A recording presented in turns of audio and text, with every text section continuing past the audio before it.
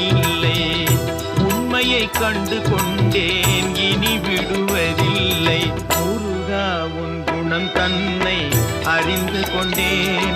உன் முத்தான தத்துவமே புரிந்து கொண்டேன்.